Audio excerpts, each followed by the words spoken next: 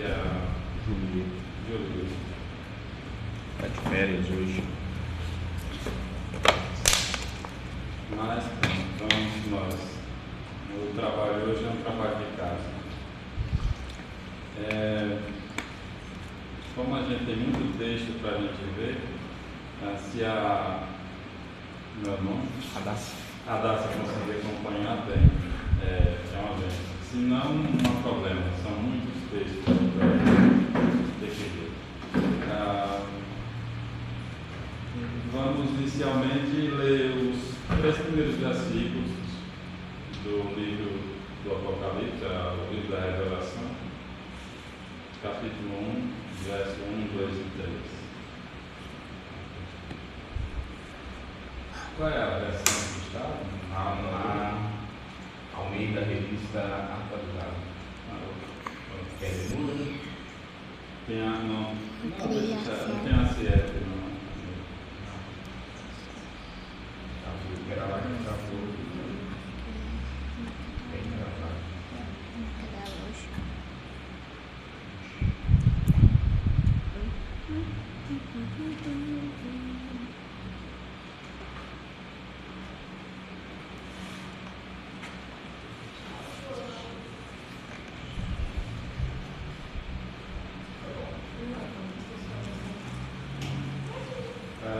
É a Almeida Revista Atualizada. Acho que eu vi com ela aqui, mas pronto, vamos lá. Eu vou ler por ali, para cá, eu leio com os irmãos agora.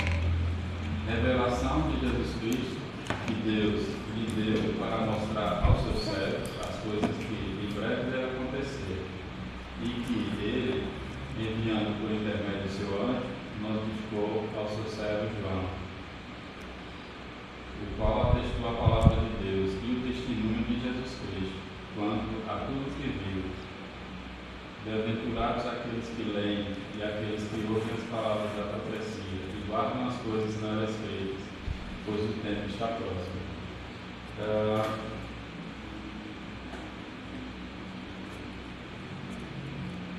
O teólogo bem conhecido, peraí que eu não pronunciei o nome dele errado, Warren Wiersbe, tem um comentário muito bom, né? O comentário de Wiersbe, é um teólogo americano. Ele diz que o livro do Apocalipse é um livro aberto, no qual Deus se revela os seus planos e propósitos à sua igreja. É comum a gente perceber a dificuldade que as pessoas têm em ler e estudar esse livro. A gente, como família, a gente participou de uma igreja e essa igreja, o próprio pastor dizia: olha, vocês não vão ler o livro do Apocalipse à noite. Não sei se vocês têm algum problema de assombração. Quer dizer, a gente vê aqui pronto está uma pessoa que devia estar capacitado para ler, ensinar e cantar aquele livro, e ele fez um negócio, um absurdo desse. Mas vamos lá. Esse livro é um livro fácil de entender, desde que a gente compreenda ele de maneira correta. Uma coisa que a gente tem que ter em mente é que todas aquelas concepções que a gente aprendeu, inclusive eu, quando era jovem na Assembleia de Deus, todas aquelas concepções que a gente aprendeu, a gente tem que resetar, a gente tem que fazer um reset, apagar tudo aquilo e começar do zero. Por quê? Porque quando a gente começa a ler esse livro e a gente chega, por exemplo, no capítulo 20, quando fala do milênio, né? As outras visões falam, eles pegam aquele texto e simplesmente fala sobre algo simbólico, mas eles pegam como se fosse um caminhão carregado de coisas e colocam para dentro do texto uma coisa que não está lá. Eles dizem que vai acontecer isso, depois aquilo, e antes de acontecer aquilo tem que acontecer isso, e você pega o texto e você olha para lá, olha para cá e você não encontra nada daquilo. Por isso que eu digo que a gente tem que fazer um reset para a gente poder entender esse livro. A gente vai falar mais sobre isso. O livro Apocalipse, no grego Revelação, o próprio nome dele já nos traz exatamente o que ele significa. São duas palavras, né, no grego, que é apoca, que é tirar o véu, apoca, tirar o véu, véu, ou seja, é descobrir, é tirar o véu. O autor, a maioria dos estudiosos, nos assegura que é o apóstolo São João, o apóstolo do amor, como é conhecido. Não João Batista, mas o autor do Evangelho, no quarto Evangelho, né? As 3 cartas, é o mesmo que escreveu o Apocalipse. Ele viveu por volta do ano 95, durante o reinado do imperador romano Tito Flávio Domiciano. Ele é considerado o segundo Nero por causa da sua perseguição aos cristãos. João, o apóstolo João, ele estava numa ilha chamada Patmos, que era tipo uma prisão, uma colônia penal. Essa prisão, ela era como se fosse aquela prisão que existia nos Estados Unidos, né, os Estados ativados, não lembro o nome. Como? Isso, pronto. Que é uma prisão, uma ilha, ou seja, os fugitivos só conseguem sair de lá se for a nada. E a ilha de Patmos exatamente era para onde eram enviados. E o apóstolo João foi enviado porque ele era considerado alguém que era contra o império, ou seja, não aceitava adoração aos deuses do império romano. Pronto, tendo dito isso, né, ano 95, provavelmente, ele escreveu. O apóstolo João foi o que viveu mais tempo, ele foi o único que não foi martirizado, morreu de forma natural. Algumas coisas interessantes que a gente tem que ter em mente antes de estudar esse livro, para a gente ter uma compreensão correta. Algumas coisas, por exemplo, as pessoas ligam esse livro a catástrofes, ou seja, quando acontece uma epidemia, quando acontece um terremoto, acontece alguma coisa, as pessoas olham, é o Apocalipse se cumprindo. Ou seja, as pessoas só pensam de maneira errada, equivocada, de ligar esse livro à catástrofe. Claro que o livro nos fala sobre o juízo de Deus aos ímpios, né? Mas isso não está exatamente localizado ao que acontece ali e acolá. A gente vai ver que o juízo de Deus ele acontece em toda a história humana e não simplesmente na nossa geração. Ou seja, é um erro ligar o livro com catástrofes, simplesmente localizadas. Segundo, as pessoas não, como eu já falei, as pessoas não estudam esse livro, pois acham difícil de compreender, um livro complexo e tem receio. É um erro, pois o livro ele é muito, como a gente pode dizer, é um livro muito rico no que tange à esperança cristã nos dias que a gente vive. A gente vai ver isso. E hoje, eu já queria dizer que isso vai ser apenas um panorama, e não é um panorama completo, devido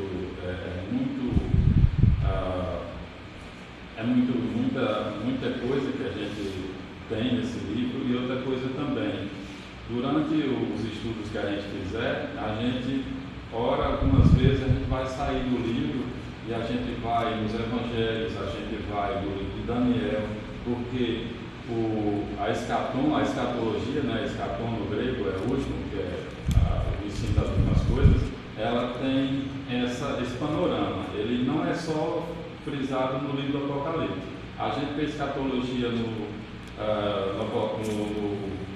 em Mateus capítulo 24, a gente vê na segunda parte de Daniel, tudo isso a gente vê escatologia. Outra coisa, terceiro lugar, que erros que as pessoas cometem em estudar esse livro. as pessoas só vê o livro do Apocalipse com coisas futuras, ou seja, as pessoas não vê coisas acontecidas no século I da história da igreja, não vê coisas que acontecem nos nossos dias, não, só vê coisas que vai acontecer, não, vai surgir o anticristo, vai acontecer isso, acontecer aquilo. O livro de Hebreus, né, a carta de Hebreus, a igreja de Hebreus, capítulo 1, verso 1 e 2, a gente vai ver, nos mostra uma coisa interessante. E antes de ler, eu quero dizer aos irmãos que as outras visões, né, escatológicas, o pré-milenismo histórico, o pré-milenismo dispensacionalista e o pós-milenismo, a gente pode trabalhar em outro momento, que a gente pode reunir e mostrar as visões. Mas esse estudo dentro do livro, a gente vai ler somente na visão amilenista, que é a visão aceita pela Igreja Reformada. E amilenismo quer dizer, é uma palavra um pouco equivocada, porque quer dizer no grego, quer dizer não.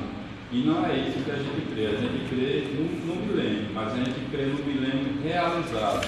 O que é que significa isso? É que a gente não deve esperar o milênio, a gente está dentro do milênio.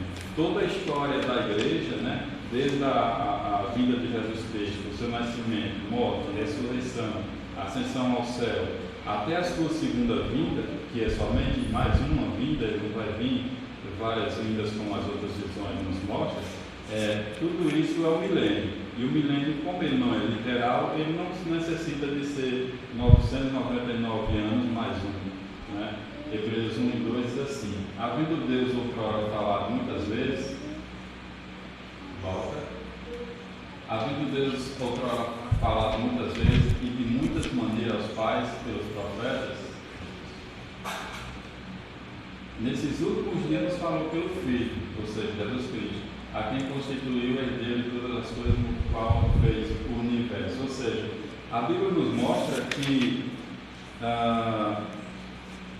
desde a vida de Jesus Cristo até a nossa época presente, a Bíblia fala de últimos dias. Ou seja, as pessoas pensam que as coisas do Apocalipse vão acontecer daqui a alguns anos. Não, a gente já está dentro do livro do Apocalipse. Agora, uma coisa que a gente tem que ter em mente é que o livro ele não é localizado com a nossa vida. A gente vai ver isso mais adiante. 4. As pessoas pensam em um livro da Revelação, o livro do Apocalipse, somente para satisfazer curiosidade. As pessoas querem ver um livro, por exemplo, coisas que acontecem nos nossos dias, a eleição do novo presidente americano, a terceira guerra mundial que a gente vê aí prestes a acontecer ou não, só Deus que tem um controle disso. As pessoas querem ver esses acontecimentos e querem ler no livro, aqui esse reino vai se levantar contra esse, de uma maneira totalmente equivocada. A gente vai ver por que é equivocado isso, ler o livro dessa maneira. 5. As pessoas não se veem no livro na sua época somente. João, ele quando escreveu o livro do Apocalipse, a princípio, o tema, o texto, o conteúdo, era para os cristãos da sua época, porque os cristãos da sua época estavam vivendo em uma perseguição pelo Império Romano. E, a princípio, a carta do Apocalipse era uma carta para trazer esperança aos crentes que estavam passando por perseguição. Ou seja, era uma garantia que Deus estava no controle de tudo. Ao mesmo tempo que eles estavam em perseguição, mas o livro era uma carta dizendo que eles não deveriam temer, porque eles iriam realmente passar por aquilo, mas Deus estava no controle de tudo. 6. O livro, estudar erros, né?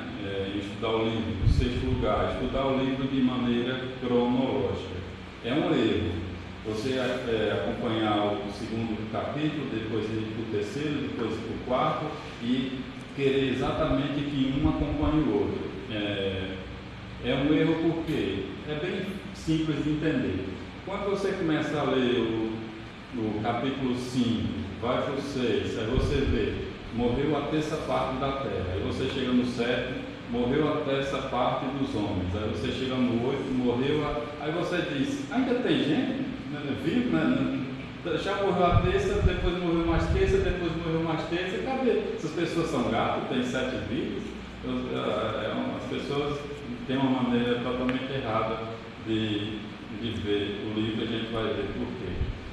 Outra coisa, nessa questão de interpretação literal, o que ajudou essa visão literal do livro ser divulgada foi teólogos como Wim Maldo, um holandês, que em 1955 fundou o trabalho missionário Chamada da Meia-Noite. Eu acompanhei muitos anos, principalmente por causa de correspondência, eu gostava muito de acompanhar, meu irmão também mais velho, ele tinha assinatura. Além do Wim Maldo, também tem o Tim LaHaye, que é um teólogo americano que escreveu livros e depois foram séries para a TV e filmes, chamado Deixados para Trás. Eu creio que todos já assistiram. E essa visão é uma visão totalmente equivocada no livro do Apocalipse. Ele não é feito daquele jeito. Eles pegam coisas que não tem nada a ver, injetam no livro, e quando você começa a estudar o livro, você vê que não tem nada daquilo que eles mostram, tanto nas revistas, nos livros, como nos filmes. E outra coisa também que ajudou muito foi a Bíblia de Estudo Scofield. Essa Bíblia ela tem totalmente um panorama pré-milenista, mostrando ali como deve acontecer uma coisa, depois outra. Ou seja, eles têm como se fosse uma agenda de Deus. Olha só, já houve casos de pastores dizer, se não houver um reino literal milenar aqui nessa terra, a palavra de Deus falhou. Ou seja, a pessoa consegue chegar a esse ponto. Mas vamos aqui adiantar. Pronto, esses pontos foram erros em estudar o livro que a gente tem que estar atento. Temos a concepção de que o Apocalipse sempre deve ser interpretado simbolicamente ou espiritualmente, ao menos que o próprio texto traga uma interpretação literal. Exemplo, as 7 igrejas, né, que foram igrejas físicas naquela época, na época do apóstolo São João, que eram naquela região da Ásia, que hoje é Turquia, por exemplo, talvez seja a única coisa literal que a gente encontra dentro do livro do Apocalipse. Por exemplo, na mesma cena do capítulo 20, o personagem aprisionado é descrito como um dragão. A pergunta é, trata-se de um dragão literal? A resposta óbvia é não, pelo simples fato de que o texto explica que esse dragão chama-se Diabo e Satanás. Tendo recebido a interpretação diretamente do texto, o leitor não deve procurar algo simbolismo no termos Diabo e Satanás, mas entender que se está realmente descrevendo uma criatura literal, o chefe dos anjos caídos. Pronto, a gente vai passar aqui para entender o livro. Primeiro, na Bíblia vemos que a revelação é progressiva. O que é isso? É que quando a gente quando a gente vê no livro do Gênesis, Deus falando, por exemplo, uma condenação a Eva, a Adão, quando chega na serpente, diz, você vai ferir o calcanhar do descendente da mulher e ele lhe pisará a cabeça. E a gente vê onde aconteceu o cumprimento dessa profecia. A gente vai lá para o Evangelho, a gente vê que foi exatamente na morte e na morte de Cristo na cruz. Por quê? Ali a gente vê que exatamente que todos os planos do inimigo em tirar Jesus do plano, que era morrer na cruz para a salvação dos eleitos, a gente vê que foi exatamente o momento que ele feriu o calcanhar do descendente da mulher. A mulher a gente vê quem é exatamente a igreja do Antigo Testamento. E pronto, quando ele pisou a cabeça foi exatamente na sua ressurreição, quando ele disse está consumado ali, o véu se rasgou e pronto.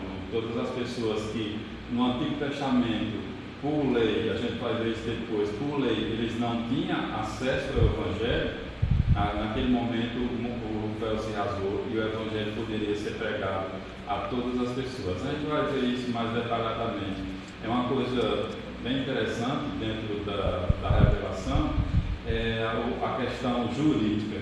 Às vezes a gente pergunta, por exemplo, a gente tem um texto aqui, acho que eu encontro aqui, acho que é Marcos 5, deixa eu ver se é.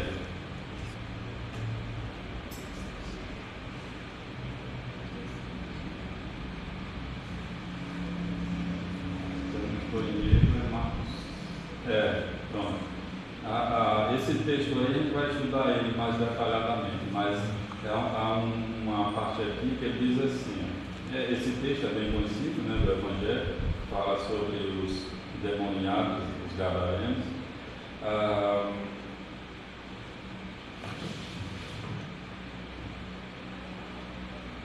Pronto, ele diz assim, no versículo 10 do capítulo 5 de Marcos, do Evangelho segundo São Marcos, ele diz assim, quando Jesus, o contexto todos os irmãos conhecem, né? Quando Jesus fala para aquele homem, para o espírito imundo sair dele, né? E pergunta qual é o seu nome, meu nome é Legião, porque somos muitos, ou seja, se ele fosse dizer o nome de cada um ali, passaria um mês ali dizendo o nome de cada um, por isso que ele já disse, meu nome é Legião, somos muitos. E ele diz assim, e implorava a Jesus com insistência de que não os mandasse sair daquela região. A gente vê o texto assim e disse, como assim um demônio dizendo uma coisa para Jesus e Jesus obedecendo? Aí o versículo 11 diz assim, uma grande manada de porcos estava pastando naquela colina e os demônios imploravam a Jesus, manda-os para os porcos para que entremos nele. A gente vê assim, como assim Jesus obedecer uma petição de um demônio? Como explica isso? A gente vai ver mais adiante, quando a gente se aprofundar, é que todo o contexto que a gente vê no Evangelho, a vida de Jesus Cristo, a sua tentação no deserto, ela se baseou em conceitos jurídicos, ou seja, aquilo que Deus falou no Antigo Testamento que iria se cumprir, Deus não poderia passar por cima daquilo. O que é que significa isso? No Antigo Testamento, o Evangelho estava restrito a Israel. Esse Evangelho, ele, por lei, ele não poderia ser pregado às outras nações. O único, podemos dizer assim, exceção é o caso de Jonas. Mas ali foi exatamente Deus mostrando a Jonas que o Evangelho não dependia apenas de Jonas. Se ele quisesse, ele poderia. Mas a gente vê que o Evangelho ele é restrito. Para uma pessoa ser salva no Antigo Testamento, ela teria que sair da sua nação, vir para Israel, circuncidar, fazer todo aquele contexto ali judaico para poder entrar ali na salvação. Mas quando aconteceu exatamente primeiro foi a sua tentação na cruz, depois a sua morte, a sua ressurreição, o Evangelho de Jesus, quando voltou, ele disse, quando ressuscitou, ele disse, todo o poder foi dado. Poder ali é autoridade, ou seja, a autoridade foi me dada, agora vocês vão, pregar o Evangelho. Ou seja, aquilo que o inimigo fazia no Antigo Testamento, que era impedir as nações de ouvir o Evangelho, agora não tem mais esse impedimento. Mas não por causa de poder, porque poder não há comparação, o poder de Jesus Cristo com o inimigo. Mas ali o que se trata é questão jurídica. A gente vai ver isso mais adiante. Mas voltando para o texto, revelação progressiva é isso. Isso começa no Gênesis, vai passando, a gente vê o cumprimento mais específico na frente. O que acontece no livro da Revelação, o livro do Apocalipse, revelação, paralelismo, senão tem um trava-língua aqui, paralelismo progressivo. O que significa isso?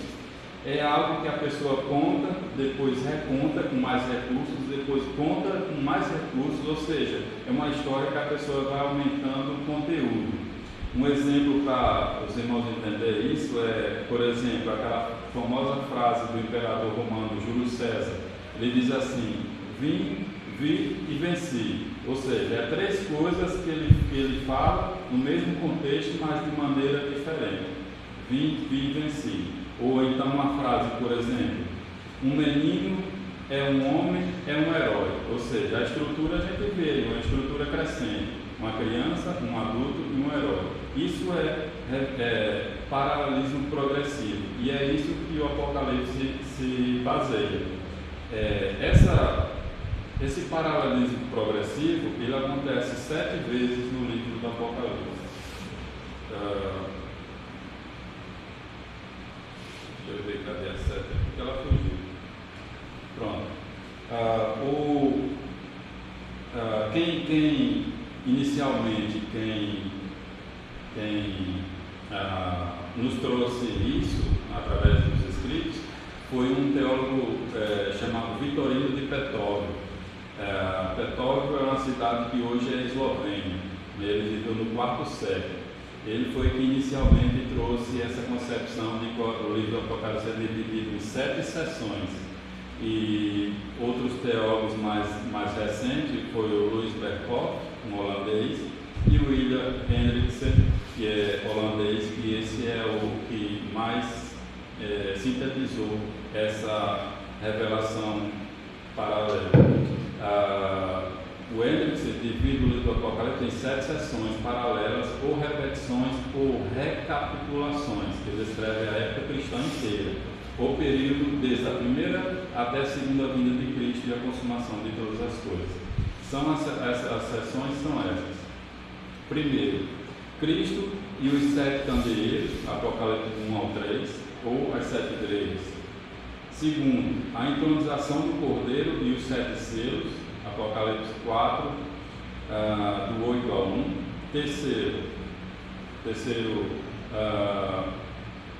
Terceiro paralelismo, né? As 7 trombetas da ira de Deus, Apocalipse 8, do 2 ao 11. O 4º paralelismo, o dragão e seus aliados e as 7 vozes, Apocalipse 12 e ao 14, né? 12, 13 e 14. E essa 4ª seção, elas falam do levantamento do quarteto do mal, que é o dragão, o diabo, a besta do mar, que é o anticristo, a besta da terra, que é o falso profeta, e a grande Babilônia, que é a religião prostituída. A 5ª seção é a secção, né? Como diz os portugueses, para nós brasileiros é seção. A 5ª seção é as 7 taças da ira de Deus, que é os capítulos 15 e 16. E a 6ª seção é a destruição dos aliados do dragão em 7 anúncios. Essa destruição do mal é de ordem inversa àquela que a gente viu na 4ª seção. Capítulo 17, 18 e 19. Ou seja, na 4ª seção, Apocalipse 12 e 14, a gente vê o surgimento, né, do quarteto do mal, o dragão, a besta da terra e a grande religião prostituta, a Babilônia. A gente vê a destruição aí nessa seção de ordem inversa. E finalmente a 7ª seção, que são as 7 últimas visões da consumação, os capítulos 20, 21 e 22. Os reinados das almas, a segunda vinda de Cristo, o juízo, novos céus e nova terra. Para entender o livro, nós também temos que ter uma coisa em mente. Ele usa o Antigo Testamento como ponte, como ligação. A gente vai ver isso. Daniel, capítulo 10, versículo 7. Daniel, capítulo 10, versículo 7.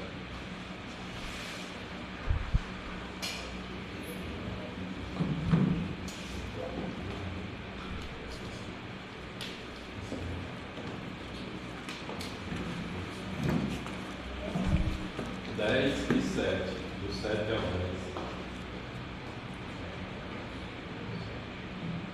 gente vai comparar ele com Apocalipse 1, do verso 1 ao 7. Diz assim: só eu, Daniel, tive aquela visão. Os homens que estavam comigo nada viram, não obstante caiu sobre eles grande temor e fugiram e se esconderam. Fiquei, pois, eu só e contemplei essa grande visão, e não restou força em mim. O meu rosto mudou de cor e se desfigurou, e não retive força alguma. Contudo, ouvi as vozes das palavras e eu vi cair em sentidos, rosto na terra. Pronto, a gente vê no versículo 9, aí, ele vai até 10, mas a gente vê no 9 que Daniel caiu com o rosto em terra. E a gente vê também, em Apocalipse 1, os versos 7, que quando o apóstolo São João teve a revelação, ele caiu com o rosto em terra também. Outra coisa, o livro de Daniel, no capítulo 12, verso 4, Daniel 12 e 4, capítulo 12, verso 4, diz assim: tu, porém, Daniel, encerra as palavras e sela o livro, até o tempo do fim. Muitos que enquadrarão, é só a primeira parte, só essa parte A. Tu, porém, Daniel, encerra as palavras e sela o livro. A gente vê que o livro, essa revelação, quando foi entregado a Daniel, disse para ele selar. O que significa? É que essa revelação não era para Daniel, não era para a sua época, era para a época futura. Já em Apocalipse, a gente vê que o livro selado, no capítulo 5, é o desdobramento do livro selado em Daniel 12. O que antes estava oculto em Daniel, agora está revelado em Apocalipse. Porque Cristo inaugurou os últimos dias com sua morte, ressurreição e ascensão. O tempo chegou. O entendimento de que o Antigo Testamento é a base para a construção das maiores cenas cheias de simbolismo, é necessário para compreender o livro. Terceiro, o livro ele é cheio de símbolos. Quando fala de Cristo com pés de bronze, com olhos de fogo, com a língua que é a espada de dois gumes, a gente vê essa. Se a gente for tentar compreender isso de maneira literal, fica complicado. Mas quando você começa a ver o simbolismo espiritual desse texto, você começa a compreender. Por quê? Quando fala que Cristo tem pés de bronze, é o poder para pisar os inimigos. Olhos de fogo é a sua onisciência, vê tudo. Espada de dois gumes é o poder da palavra, ele fala e tudo acontece. Simbolismo a gente vê que é muito importante nesse livro para poder entender. Outra coisa, Evangelho vitorioso. Uma coisa que a gente deve ter em mente, que primeiro, o livro da revelação, ele no início do texto, deixa eu estar lá, Apocalipse 1, né? Diz assim: revelação de Jesus Cristo, ou seja, a revelação não é de João. Às vezes as pessoas têm essa concepção errada, né? Dizer o Evangelho de Marcos, o Evangelho de Mateus, o Evangelho não é deles. O Evangelho foi eles que escreveram, mas o Evangelho é de Jesus Cristo. Mesmo acontece aí. A revelação é de Jesus Cristo, que foi dada através do anjo para o seu servo João. Ou seja, quando a gente vê essa questão do.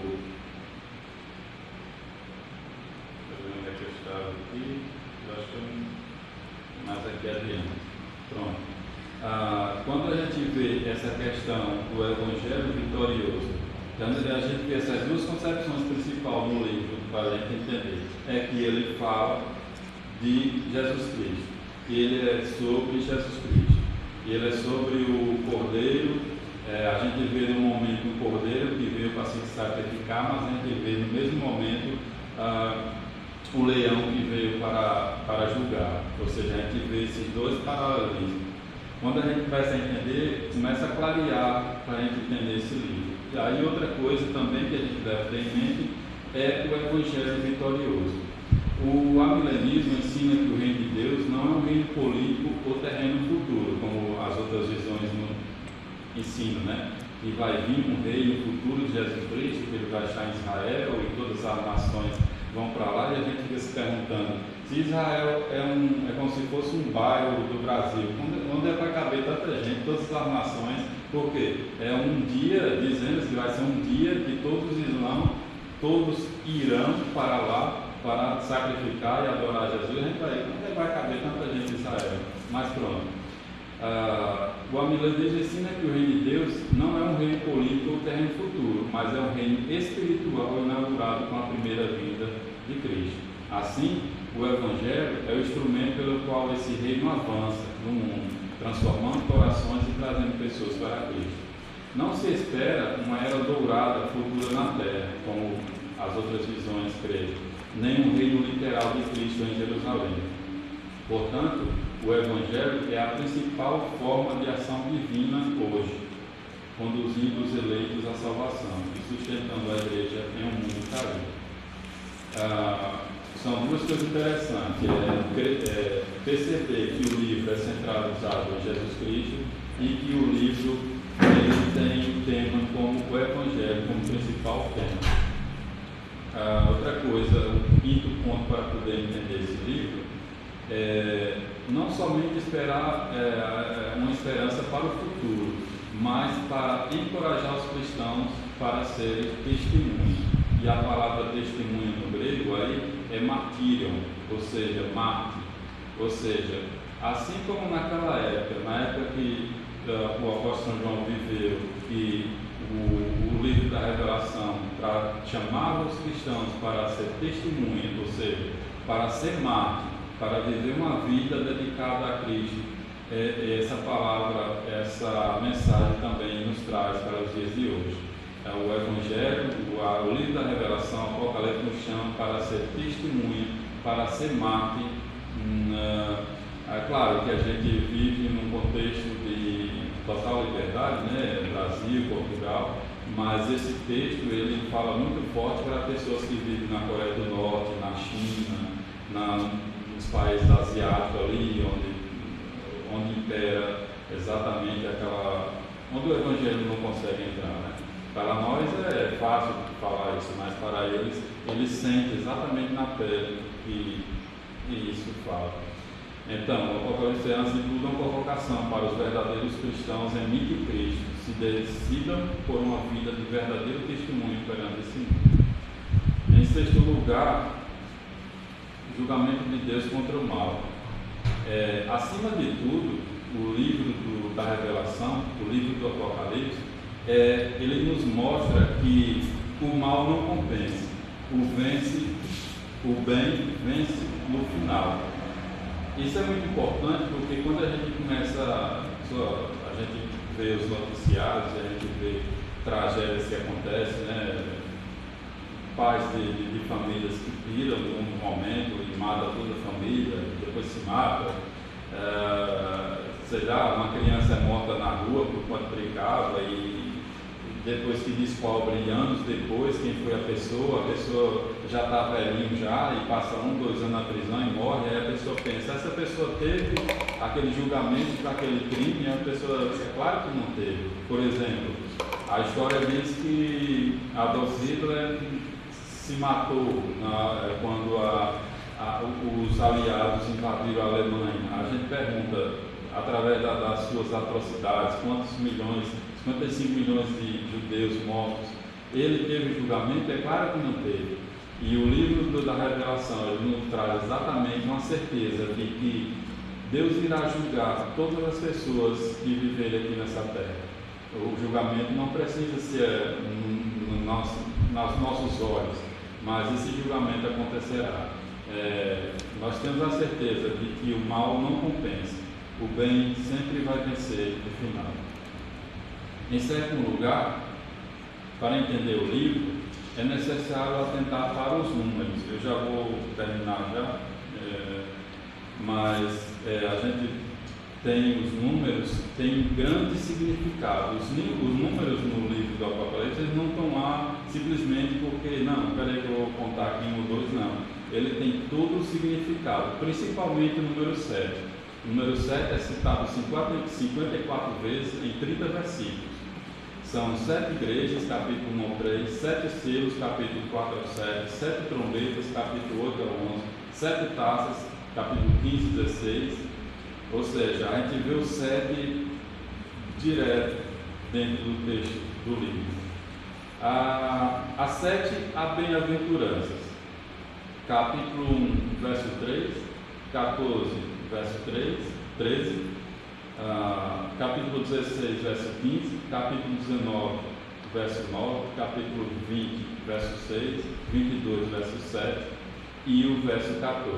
Ou seja, são 7 bem-aventuranças que a gente encontra nesse livro. A gente vai ver mais adiante esse número 7.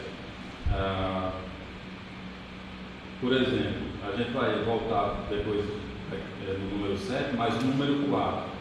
Em Apocalipse 7:1 fala dos 4 cantos da terra. E a gente, quando compreende o que significa o número 4, nos vem à mente o que significa. O número 4 fala da totalidade da criação, ou seja, quando fala os 4 cantos da terra, fala em todas as épocas da história humana, ou seja, o julgamento de Deus ele acontece em toda a história humana e não simplesmente para uma geração que vai surgir. Por exemplo, a gente vê em relação ao número 7,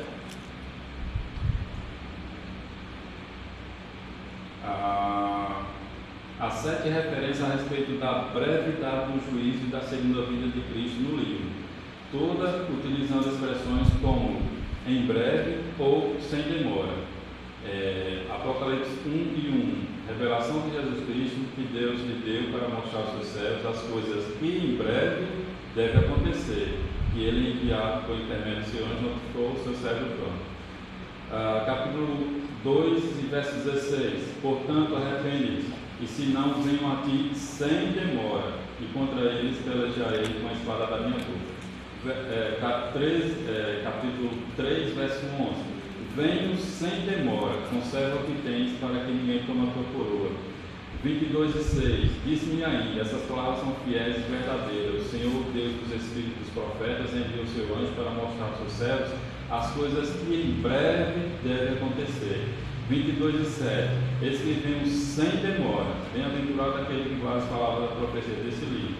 22:12, eis que venho sem demora, e comigo está o galardão que tenho para retribuir a cada um segundo as suas obras. 22:20, aquele que dá testemunho dessas coisas diz, certamente venho sem demora, amém, vem Senhor Jesus. Ou seja, a gente vê 7 vezes a palavra sem demora, depois a gente vê 7 vezes a palavra foi-se, a gente vê 7 vezes a expressão Senhor Todo-Poderoso. Será uma coincidência? Claro que não. Como a gente já falou, o livro são 7 paralelismos, ou seja, João conta a história, um momento, né, ali no capítulo 1 aquelas 7 sessões que a gente falou, e ele depois de um momento reconta essa história, depois ele conta de novo, mas trazendo argumentos mais diferentes. Portanto, esse livro é o clímax da revelação bíblica. É um livro de extrema urgência na vida cristã, que devemos não apenas meditar, mas crer, guardar e principalmente ter a certeza que a história está nas mãos de Deus. Ele controla tudo dentro do seu plano de salvação. Embora sejamos encorajados a ser testemunhas e até mais, especialmente temos a garantia da nossa morada junto ao Pai está assegurada. Amém?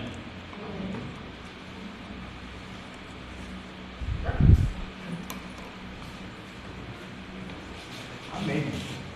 Não sei como é que ele vai fazer